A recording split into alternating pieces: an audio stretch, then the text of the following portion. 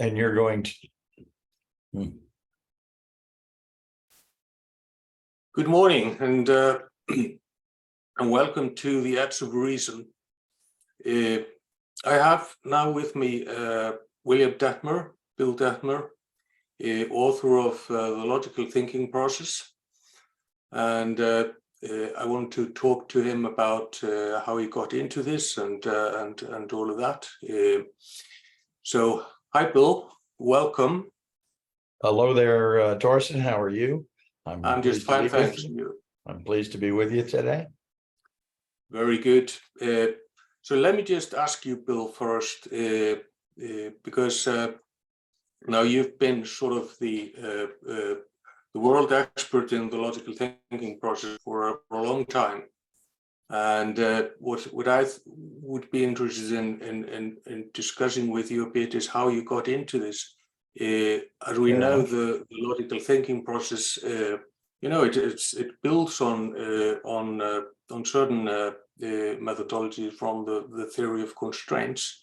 Right. So how did you get involved in all this? Well, that's an interesting question, and I have to say that where I am now professionally in my life is not where I thought I would be 30 years ago. And it was not what I thought I would be doing when I first found out about the theory of constraints. Let's just go back to the beginning. I concluded a 23-year career in the United States Air Force in 1988. And I had no real sense for what I wanted to do after I retired from the Air Force because I was too young to fully retire, and I had two young kids that I had to put through school. So I started looking for employment, and in the meantime, I began teaching graduate courses in systems management for the University of Southern California's Institute of Safety and Systems Management. This was the only real systems management program in the country at the time. I taught those courses for about 7 years as a part-time thing while I was basically looking for full-time employment someplace. During the course of that process, I became fast friends with another professor, also an adjunct part-timer, by the name of Mel Anderson. And not coincidentally, he was also a retired Air Force pilot like myself. So we had a lot in common. I had the unusual experience, if you will, of following Mel into various different remote study centers. At that time, the university had about 15 or 20 study centers around the world and throughout the United States and parts of Europe, most of them located at military bases. And so they would assign professors to teach a term of about 6 weeks at each location. And Mel and I seemed to be on a schedule where I would follow him a term after he taught at a particular location. And since I had never been to most of these places, it was worthwhile for me to talk to him on the phone about what the place was like, what the students were like, the faculty apartment, et cetera, et cetera. In other words, do some reconnaissance ahead of time.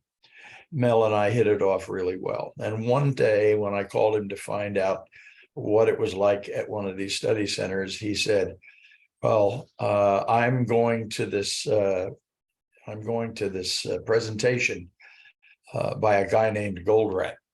And I said, okay, that's interesting, but I'm thinking to myself, big deal, And where he was at the time was teaching a course up in Seattle, and he was invited by his students to come out to Boeing, to the big conference hall that they had there at Boeing, and that's where Goldratt was going to be holding forth for an hour or two. And when he came away from that, he was mightily impressed. And he said, I am going to go to this Goldratt Institute in Connecticut for a 2-week course and basically in manufacturing production control. And I said, okay. I was still not terribly stirred by that. I said, let me know how it goes. Well, at the end of the next 6-week term, I coordinated with him again, and I said, by the way, how did that trip to Connecticut work out for you? Well, he just couldn't stop talking about it. He said it was great. And he said, I'm going back there again to go to the advanced course, which is how to teach this stuff, because he wanted to fold it into his classes that he was teaching for the university too. And I thought, okay, that's interesting. But I still didn't think too much of it. Well, then the term after that, my boss called me and said, I need your help on an emergency here. Harold Sherman, one of the senior professors at the Institute, is retiring, and he was scheduled to teach a course in Santa Barbara, and I need for you to pick up that course. And I said, well, what was the course? And he told me what the name of the course was. And I said, hey, you know, I really don't have any experience in that. And he said, that's okay. I'll send you the course syllabus and I'll send you the books, and you just stay 3 weeks ahead of the students and you'll be fine. And I thought, oh my God. I wondered, how much does this go on in university? How often does this happen? And so I went ahead and I looked at the course syllabus, and I looked at the books that were there, and one of them was a book that went very much along the lines of the material that the course was covering, but there was a secondary text, and it was The Gold by Eliyahu Goldratt. All right. Yeah. And I said, oh, this is the guy that Mel told me about and has been raving about. And I said, okay, I guess I'm going to have to read this and see what the hell's going on. Well, I did. I read it and I got the fever just like everybody else did. And so I started trying to figure out how this was going to work out. To make a long story short, my boss, the director of the Institute, agreed to send me to the 2-week course in Connecticut. And this was going to take place the first week in February of 1993. And I was going to go there to learn how to do manufacturing production control the Goldratt way. And I ended up going there for 2 weeks, but imagine my surprise when I showed up for the first day, and the instructor said, this course is about the thinking processes. And I said, what? I came there to learn about drum buffer rope, and all of a sudden they're talking about these logic diagrams, and I couldn't figure out what had happened. Well, what had happened was, I won't go into the history of why Goldratt developed the logical thinking process, but in this latter half of 1992, he resolved to make the thinking processes the focus of his so-called Jonah course, which before that had been purely about production control. Yeah, and it had been going on for a while then. How long since he started with the drum buffer rope at that time? He had been doing that, I'm going to say, formally since about 1987. He started originally, he formed a company with his brother, and I don't know, I think there might have been another partner in there. The company was called Creative Output. And Creative Output was a company that was designed to smooth production flow. They came to America, they developed it in Israel, but they brought it to America because the US was a much larger market. For one reason or another, and I don't want to go into it, I know what the reasons are, but it's too complicated at this point. He decided he needed to train people in the principles of drum buffer rope, not just install the software, show them how to operate it, and let them go. So he figured I need to be selling some training along with this. Well, his financial partners, the backers of his company, weren't happy about that. And they told him, forget about all that training stuff, just sell the software. And Goldratt never took instruction from anybody very well.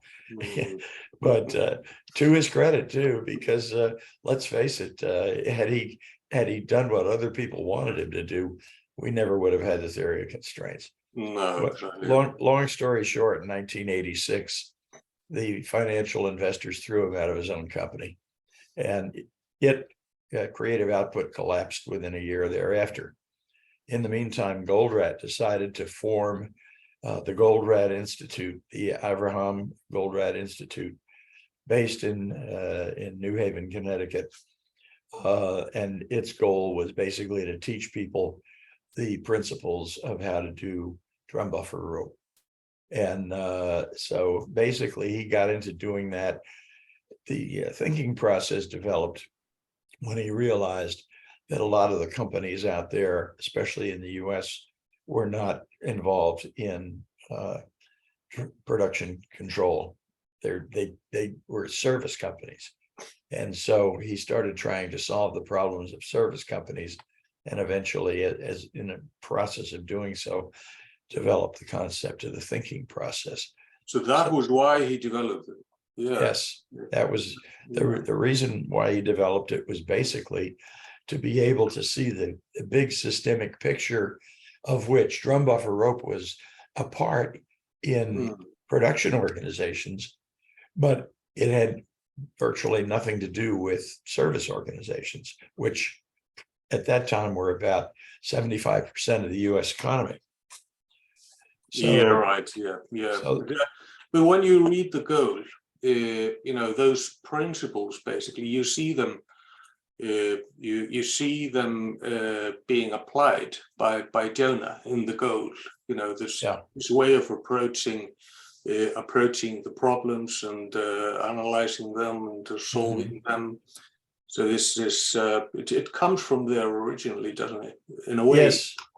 Yeah, it really does. And the fact of the matter is that, as most people in the TOC community are aware, the book, The Goal, went through a number of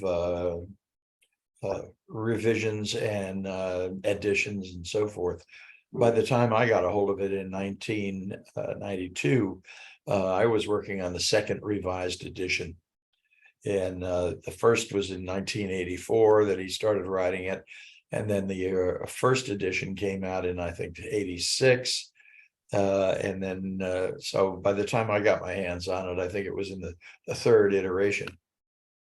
Yeah, right. Yeah, right. So this is basically how you get to know of the thinking processes, which were called by that name at the time, the theory of constraints thinking processes. Yes. What happened then? Because now we have the logical thinking process, which is basically it's similar, but it's not precisely the same. No, you're absolutely right. It's not.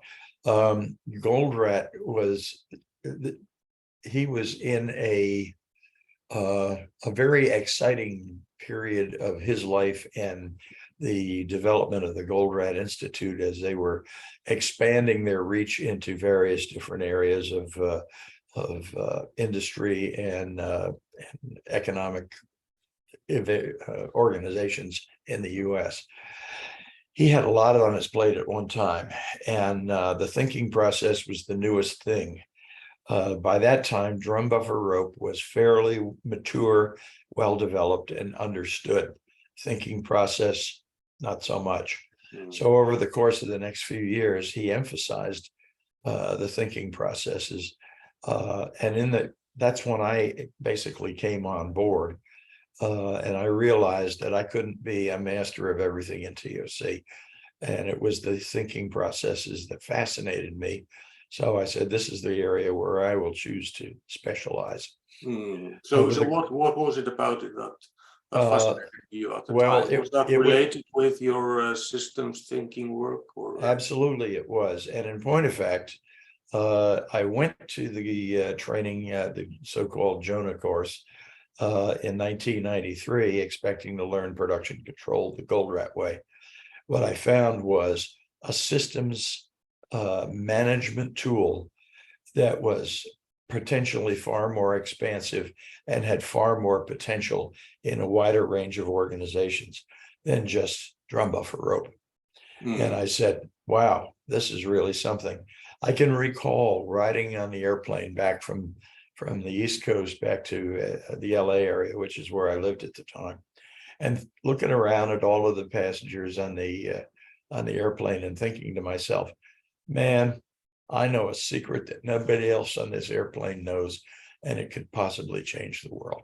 And so I was really enthusiastic and excited about it. I like to say I got off that airplane with my hair on fire. So maybe for those in our audience who really don't know very much about the thinking processes or the logical thinking process, would you maybe take a couple of minutes just to tell us what it is about? What's the secret that got your hair on fire? Well, what got my hair on fire was the fact that the logical connections in the trees that I built when I was learning the process, they tended to get out of a narrow channel of direct linear cause and effect, and they included collateral areas. This appealed to me because of my systems management background and the teaching that I had been doing, because I was well aware that all organizations really are complex organizations that have a lot of moving parts, each of which is intended to do something specific, but it depends on the other parts of the organization. Right. So if you're analyzing what looks to be a problem in, say, the production area, the chances are very good that one of the root causes of any problem in that area comes from another area, either the finance or perhaps sales and marketing or supply chain or something like that. And they have collateral impacts on production. Now, production may be the part that you see, the part that's hurting you right now. But as you start digging into cause and effect, you find that the roots of the problem extend many other areas. Yeah. So what is different then in this approach from what people were doing before to figure out the root causes of problems? What's unique about this? Well, I think the unique part of the thinking process is that it is a whole system approach, and it begins with the top level of the organization, not the top level, but say the broader picture of the entire organization. And it starts by asking the question, what is the goal of this system? What's it trying to achieve? And then the follow-up question is, in what ways is it not achieving that goal? Yeah. And then you start drilling down the cause and effect in each of those areas. And eventually, those what look like maybe separate trees are really branches of a larger tree that eventually converges into a limited number of I call them critical root causes at the bottom. Now, this is a somewhat different than the approach that Goldratt took with the thinking processes. Yeah, right. Yeah. I struggled for 10 years almost, let's say 8 years, to teach the logical thinking processes, the thinking processes, I'll say, the way that I was given it from the Goldratt Institute. And I found that it was very difficult for me to wrap my arms around when teaching, and even more so for the students to absorb. And I realized that the reason was that it didn't really have a systemic focus. It covered the system, but not in an orderly way. Yeah. And so over the course of the years, well, I wrote my first book on the logical thinking processes in 1996, and I used that as a text for my courses in this. And in point of fact, the book was really written about the logical thinking processes as Goldratt conceived them.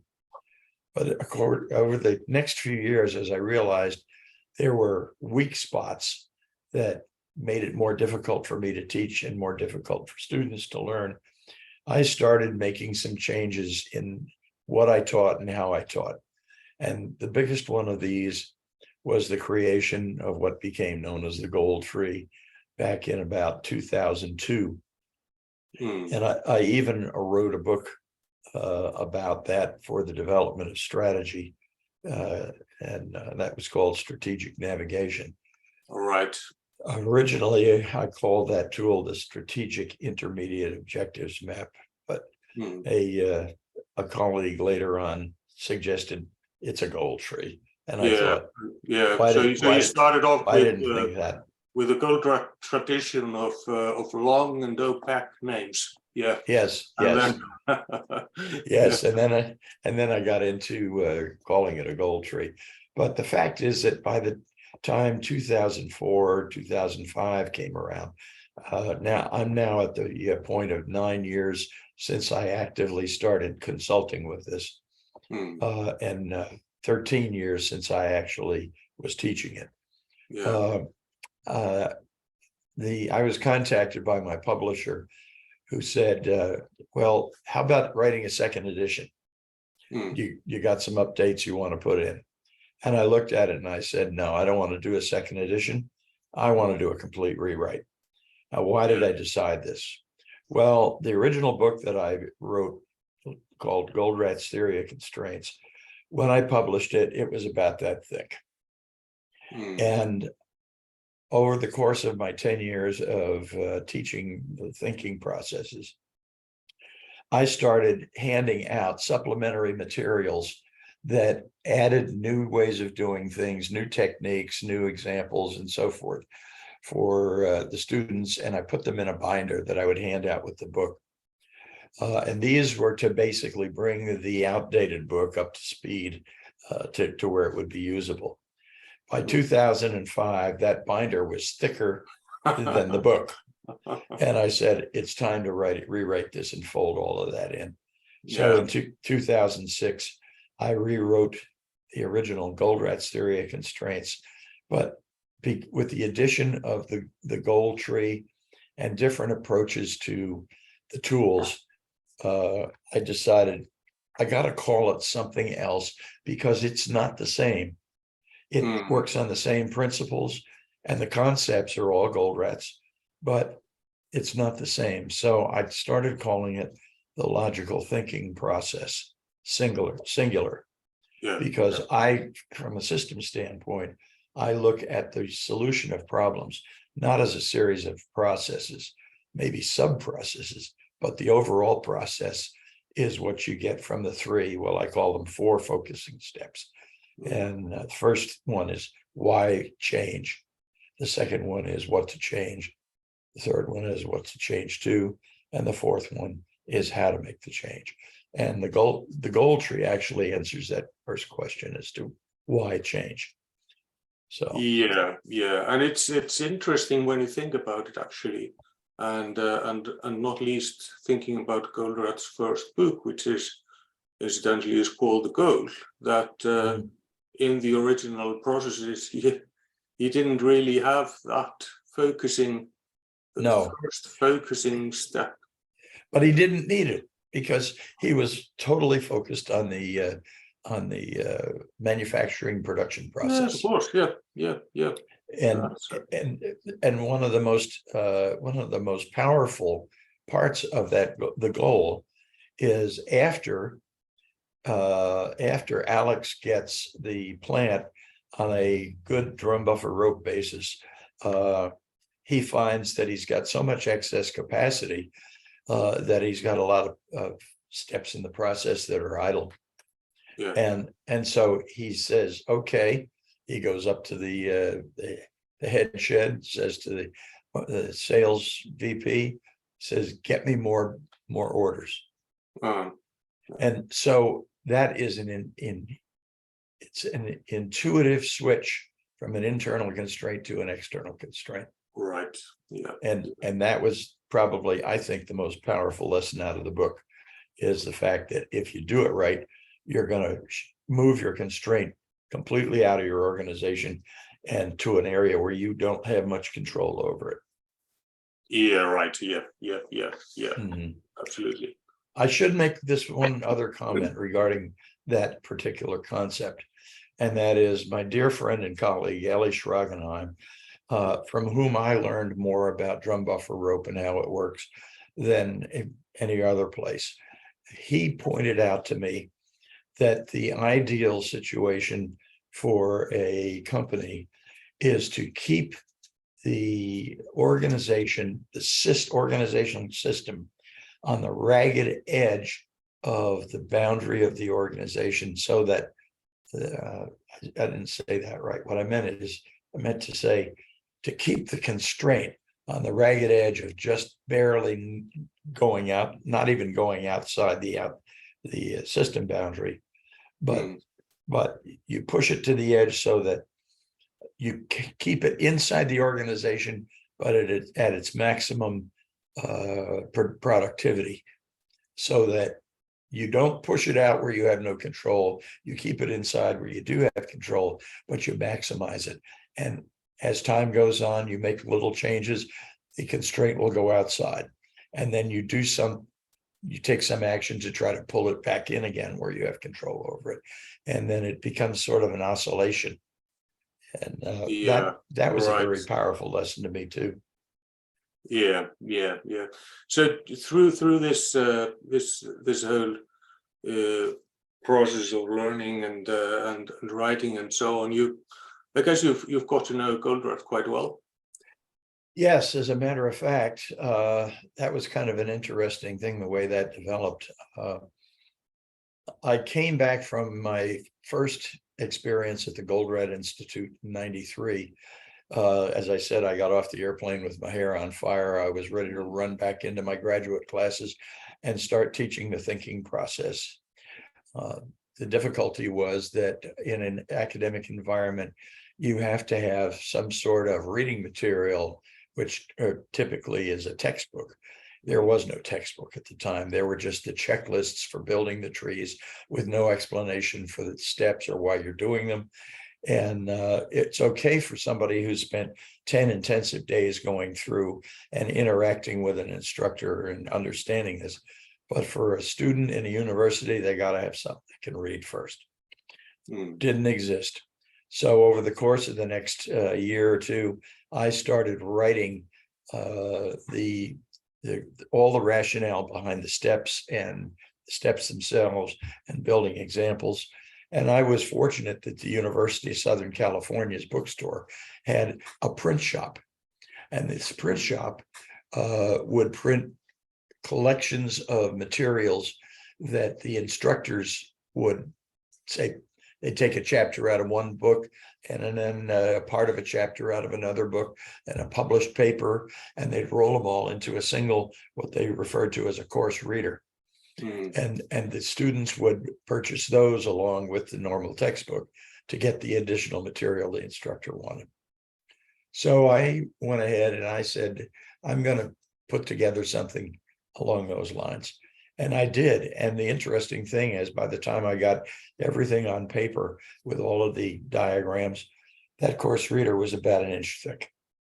All right. And the university bookstore carried it.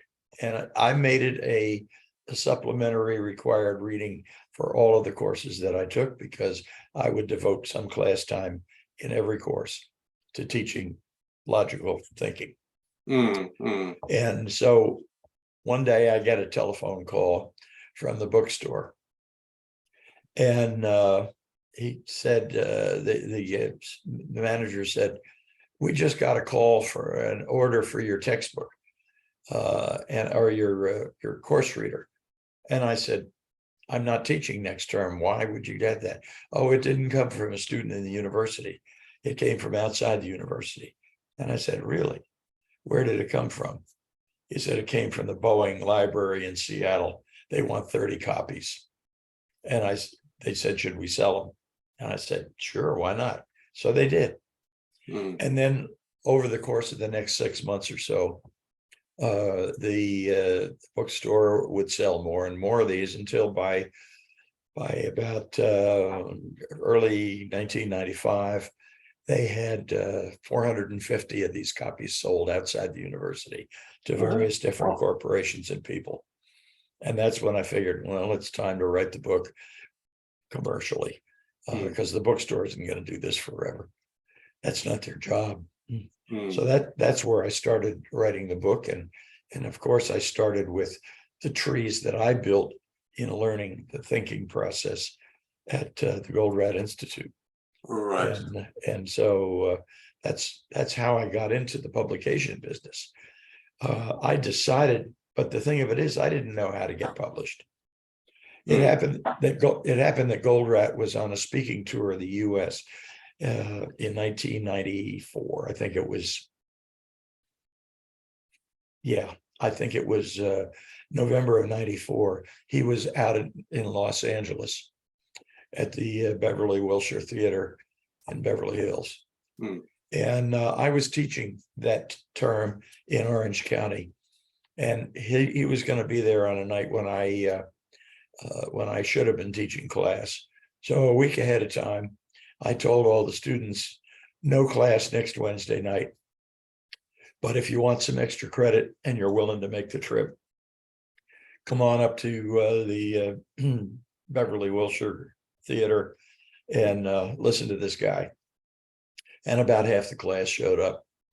And I brought at that time, my course reader was a fairly thick notebook, loose leaf notebook. And so I brought a copy of that along that I printed out on my computer, and I 3-hole punched it. And I met Goldratt in the lobby of the theater before the performance started, and introduced myself. And I gave him the book, or the binder, and I said to him, I think you might be interested in this.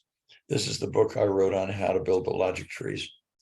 And his eyebrows went up, because this was a complete surprise to him. And he said, I'll read it on my trip. And he did. And I didn't hear from him for, I don't remember how long. It was some time. And then I got a telephone call from him in I think he was in New Haven at the time. Yeah. And he said, I'm sitting here in my office with Larry Gadd, who was his publisher, North River Press, and we're talking about your book. And he said, I think there's a lot of good in that book, but he said, I think it needs to be rewritten. And I'm rolling my eyes back, saying thinking, man, it took me forever to get this down. He wants me to rewrite it. He said to me, I want you to come to Israel and we'll talk about this and other things. And I said, okay. I said, you should know that I don't have the resources to be able to go to Israel right now. And he said, not to worry, we'll take care of that. Well, what he did was he got Larry Gadd to pay for my trip both directions, on the promise that Gadd would get the book, the binder, to publish. Right. Okay. So Goldratt's idea was that I would rewrite the book in the form of a novel.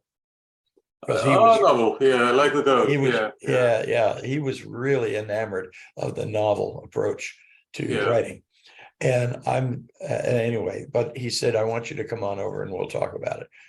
So I flew to Israel, and I figured, okay, I'm going to be in a hotel over there. But no, Goldratt and his daughter Efrat picked me up at the airport and we drove to Goldratt's house, and he put me up in his son Rami's room for 4 nights. I stayed as a guest in his house for 4 nights, and it was an education all by itself. And I thoroughly enjoyed it. I truly enjoyed meeting and talking with his wife, Biddy. She was just the nicest lady. And believe it or not, I spent as much time with her as with him, because I was getting up at 7 o'clock, 7:30 in the morning, which is about when she'd get up. He was sleeping in until 1, 2, 3 in the afternoon, and staying up until 4 in the morning. And I couldn't stay up that long. So I'd have about 6 or 7 hours with him, or maybe even 8. And then I'd go crash, and he'd stay up a while longer. And then when I'd get up, I had a wonderful time. Biddy took me on tours around that part of Israel, and it was really cool. Anyway, the long and short of it was, Goldratt and I had a discussion about trying to make a novel out of that technical textbook, and he was convinced that it would happen, and I said, I don't think it can be done it's going to take 2 or 3 volumes to do that. He said, we'll publish it in 2 or 3 volumes. I said, oh God, nobody's going to read this thing. Nobody's going to read this thing. And the long and the short of it was, it never ended up happening. But I did get the round trip ticket. My book would have gone to Larry Gadd to publish, because I knew nothing about publication. And here was an introduction to a guy that wanted it right away. I won't go into the reasons why that never happened, but what it did was it forced me to go out and try to break into the publishing business. And I did that, and I got 2 different publishers that wanted to publish the book. And so it turned out that that's basically how I got into it. I saw Goldratt a couple more times, once in 1997 at the TOC conference in Denver, Colorado, and again in 2000, I want to say it was 2002, in Tampa, Florida. Might have been 2001. I don't remember. And I enjoyed my interactions with him at those times. But by 2002, I decided, not only am I going to focus exclusively on the logical thinking process, I had already made that decision, but I came to the realization that I was giving up too much of what I really enjoyed in the systems thinking and systems management community. So I was going to move away from specializing in TOC and TOC related stuff, and I was going to go into the whole business of systems thinking and systems management, with the primary tool of that being the logical thinking process. Right. Yeah. And that's basically how it morphed in. I realize that's a long-winded way of telling the story, but I will say this: my trip to Israel to visit with Goldratt was one of the highlights of my professional career. I thoroughly enjoyed it, and I came to appreciate 2 things. Number one was Goldratt's intensity. He was a very intense person, but he also had a hell of a sense of humor too. So I guess you're a lucky guy to have got to know him. Then you continued teaching this at the university for how long then? And and how did you I think for anyone who's gone through training in the logical thinking process, people will understand that it's not something that you just learn in a couple of hours. It takes a lot of brain power to master it. How did that work out with the students? Did you how many? That's a really good question. The short answer is, I have learned during my consulting career that the application of the learning that I offered in the thinking process courses approximates the standard 80-20 ratio. 80% of the people who go through it will not follow through with it. They find it to be interesting. They may just dabble at it a little bit, but eventually they stop doing it. 20% will actually gravitate to it, grip it with a vengeance, and go on to apply it. So even though I'm teaching a class of 100%, I'm smart enough to realize I can't really get that percentage above 20. So I'm talking to the 20%. I'm trying to reach the 20%, even though I'm talking to the 100%. Yeah. And so there were quite a few students in the program that I taught that did carry on with it in the future thereafter. But unfortunately, the university, in its infinite ignorance, decided that it didn't really need a systems management program anymore. And in 1996, they phased the program out completely. And this, I thought, was the greatest mass stupidity in the Western world, because they had a lock on teaching systems management and could have promoted it. But the course was politically assassinated at the executive levels of the university, because it ran afoul of the business school, which was trying to sell MBAs, and the Master of Science in Systems Management was drawing potential students away from that, and they didn't like it, and they had more pull. So, yeah, right. Yeah. So then you move into consulting after that, or was that? Well, I was more or less forced to do that when I didn't have the university to lean on anymore in 1996. I said, well, it looks like I'm going to have to do something with this.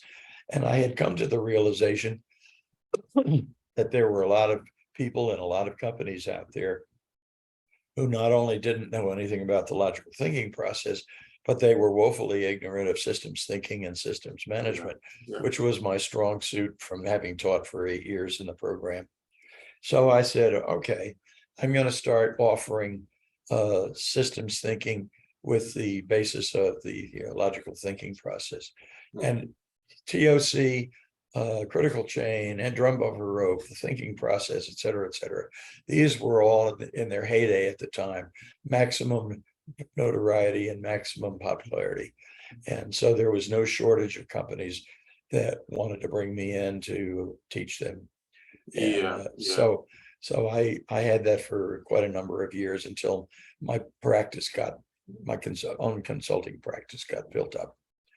So that's basically how I made that transition there. I was fortunate along the way. I really was. Yeah, I guess you've been, you have, and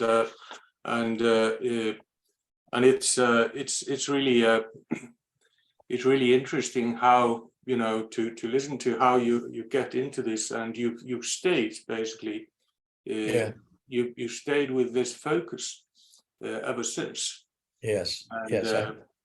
And it's so you're coming into this. It's at the time. It's TOC is it's basically and always has been probably a fringe methodology in a way, though it got quite popular for a while. But then for some reason the popularity maybe has waned again. Well, you're right. You're right about that. And I have to believe, in retrospect, I'm one of many people who have asked that question. Why hasn't it really caught on in a broad mainstream? And in retrospect, it's only in retrospect, I should say, that I've come to a conclusion. Whether it's correct or not, I'm not sure, but it's a conclusion that I've come to. And that is, when you get right down to the grassroots of the whole thing, for 20 years or more, Goldratt was selling the methodology of TOC. And that had a tendency to sound to people in business like the flavor of the month. And they lumped it all together with things like total quality management, Six Sigma, things like that. Yeah. To Toyota production managed system, or lean, that type of thing. And so basically they put it in that bailiwick, and it didn't have quite the visibility out of it that those others did. Okay. However, where I got my success was not trying to sell the methodology. You ought to use TOC as a method for running your company. That's what Goldratt's in his ultimate objective was. Mine was, you got a corporate problem that you don't know how to solve because you don't fully understand all the ramifications to it. Let me help you solve your problem. And I would go into the company and I would not try to sell the method or the tool or anything. I'd just use the tool, and I would show them what their issues were. And I did this with one company called Deloitte and Touche Tohmatsu in 2010. We went in there, we didn't sell the methodology, we sold the analysis of the problem.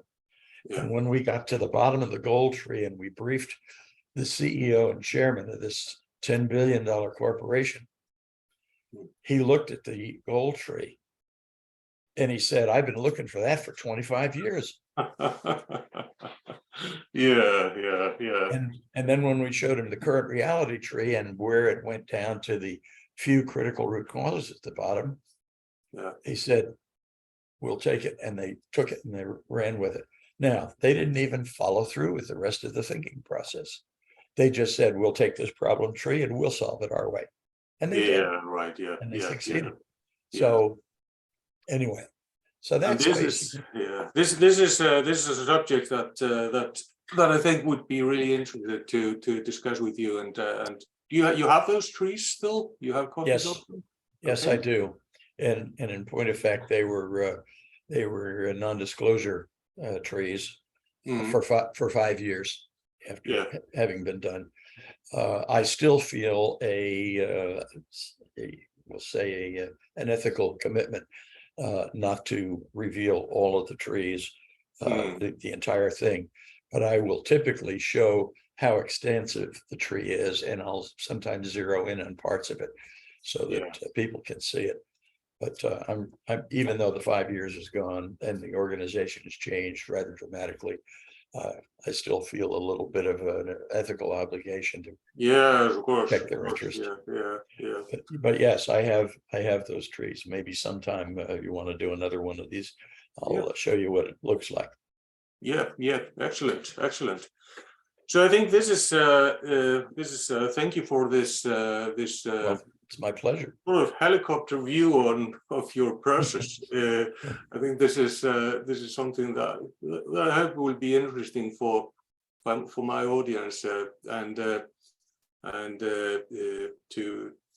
know a bit about the background, because it's my goal with this new blog is to basically introduce the logical thinking process and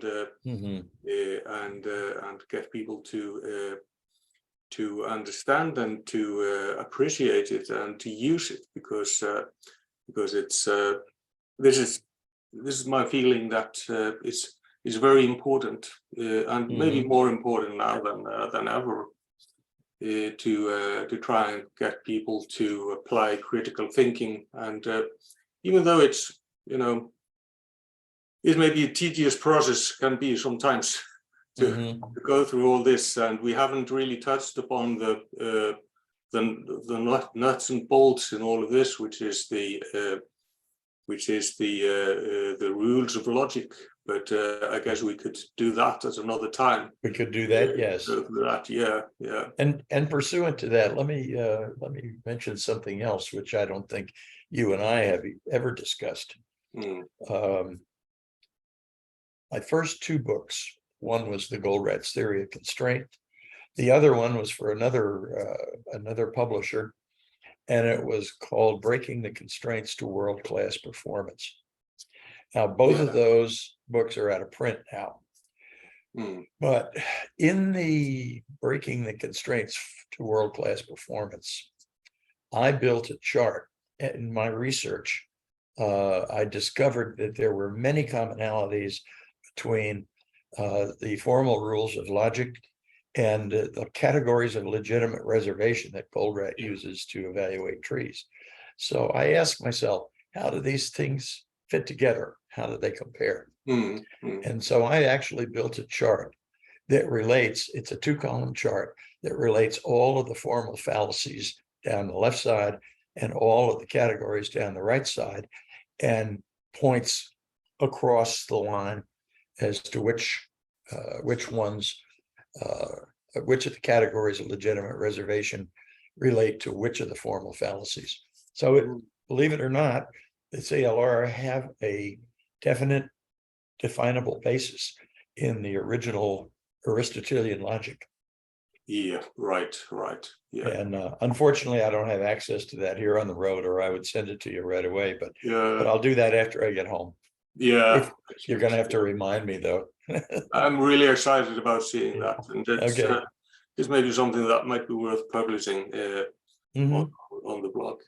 But I think we thank would. you very much, Bill. You're It's most a welcome. pleasure, and take care, and we'll be speaking soon again. Okay. Thank you again, Okay. Torsten. I look forward to it. Thank Bye-bye. you. Bye-bye.